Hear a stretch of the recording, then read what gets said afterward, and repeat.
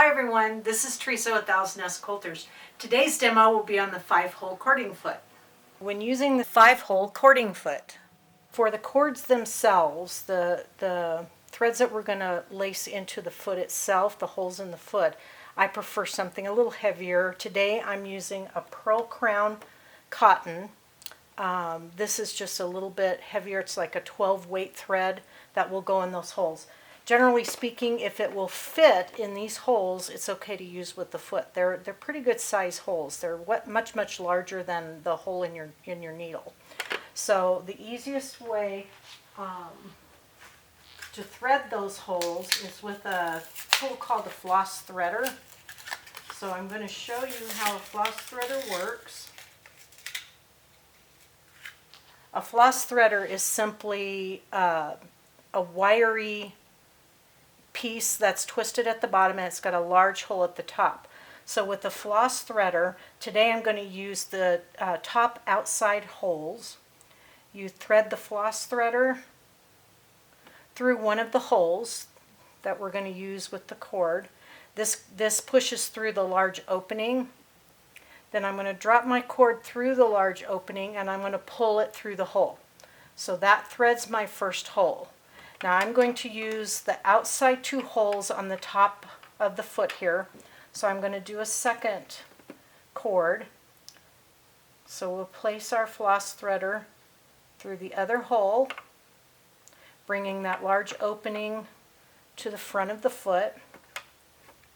Then we'll drop our cording through the large opening and we'll pull the floss threader with the cord through that hole. Now we have both of the holes we intend to use threaded into the foot, and you can use 1 or 2 or 5 or all 7 holes. Use whatever is going to give you the look that you want.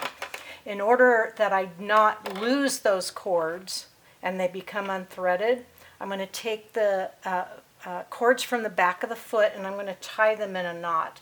This way they can't come back out through the front as we begin stitching on them. So we just make a nice little knot there at the back of the foot, and now my cords are in there nice and tight and I can't lose them. The next thing we'll do is attach the foot to the machine. This is a simple clip-on foot, so you just lay it underneath the shank of the machine and it clips right onto the machine.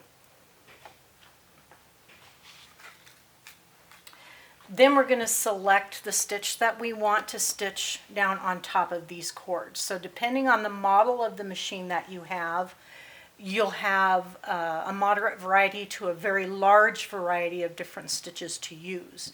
Today I'm going to use what we call a star stitch.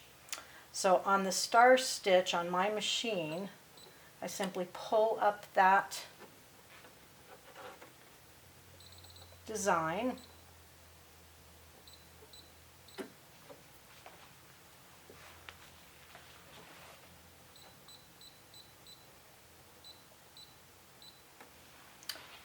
And you want to think of your decorative stitch as a embroidery style stitch. So I'm also backing my fabric with a piece of tearaway stabilizer. This helps when the stitch is going through the machine and stitching onto the fabric.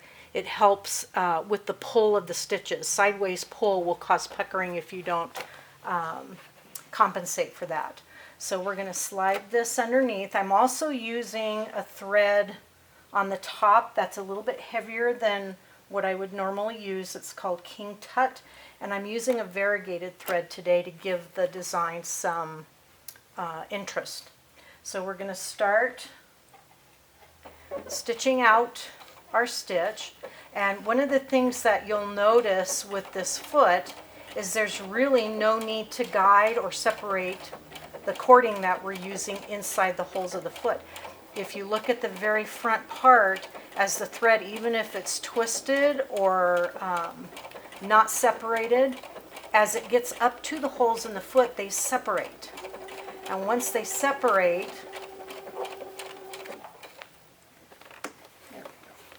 the decorative stitch goes right over the top of it.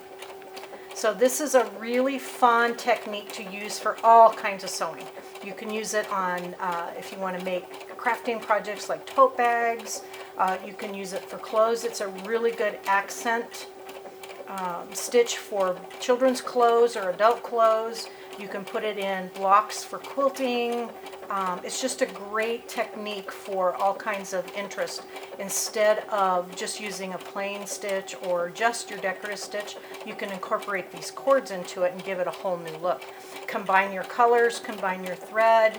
As I said before, as long as it goes through the holes of that cording foot and it's not too tight in there, you can pretty much use anything. Very, very lightweight yarns, many different types of heavyweight threads will fit through those holes very easily.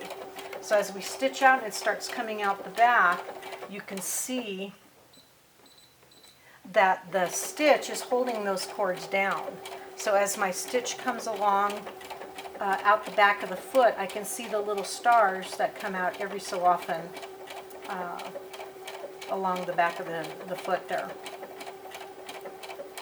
And I'm using variegated thread, so it's even more interesting.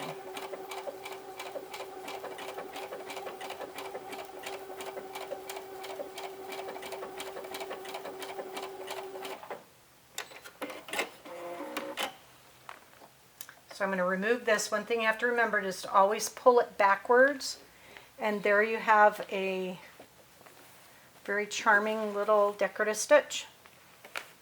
So here's a few more examples of different styles of stitches that you can use with the cording foot using different types of cords and different types of stitches. So experiment a little bit. You never know what you're going to get until you try messing with it a little bit and combining different types of threads. You can use metallic threads, silk threads, just a variety of different things. A lot of times we tend to do different types of sewing. So if you have leftover threads from a project you did years ago and you have no idea what to do with it, this is a really great technique to use because you can use up some of those threads and also get a really neat look for a whole new project. So try this 5-hole cording foot and happy sewing.